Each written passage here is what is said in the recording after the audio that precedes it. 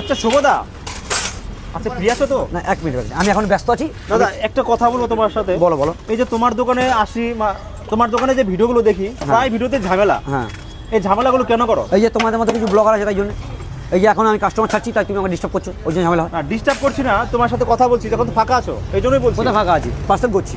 Customer ছাড়ি যখন free দাঁড়িয়ে যাবো তখন করি। আচ্ছা এই যে ঝামেলাগুলো করো তোমার ভালো লাগে? আরে বাবা, তুই ঝামেলা করার মধ্যে সিচুয়েশন তৈরি করে ঝামেলা করবো না?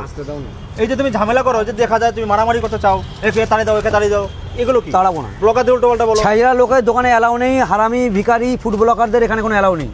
না না, তুমি ফুড ব্লগারদের কেন অপমান করো? অপন করবো না? হারামে খেতে চাইলে অপন করবো না? কি হারামে খেতে চায়? বাবা তুমি তো একটু অফ ক্যামেরা এক্ষুনি বলছিলে যে আমি শুভদা 3টে পড়া দাও তো, খাবো, পয়সা দেবো না। তাহলে এটা এখন অন ক্যামেরা করে নিজে নিজে সেনা মনে করছো? আমি তোমার সাথে এই কথা বলিনি, তুমি বানিয়ে বানিয়ে বলছো। বানিয়ে বলছি, অন ক্যামেরায় বলছি তুমি ভিখারি মানুষ, গরিব ফুড ব্লগার। তুমি একটু আগে অফ ক্যামেরা বলছিলে যে পড়া দাও। আমার হাসি পাচ্ছে তোমাকে বলতে, জানো? তুমি প্রত্যেকটা হাতে আইফোন নিয়ে ভিডিও করছো 1.5 লাখ টাকার, আর এখানে ফ্রিতে খাওয়া চাইছো? প্রত্যেকটা ব্লগারের ভিডিওতে ঝামেলা করো ব্লগারদের সাথে। হ্যাঁ, এগুলো কিন্তু করো না দাদা।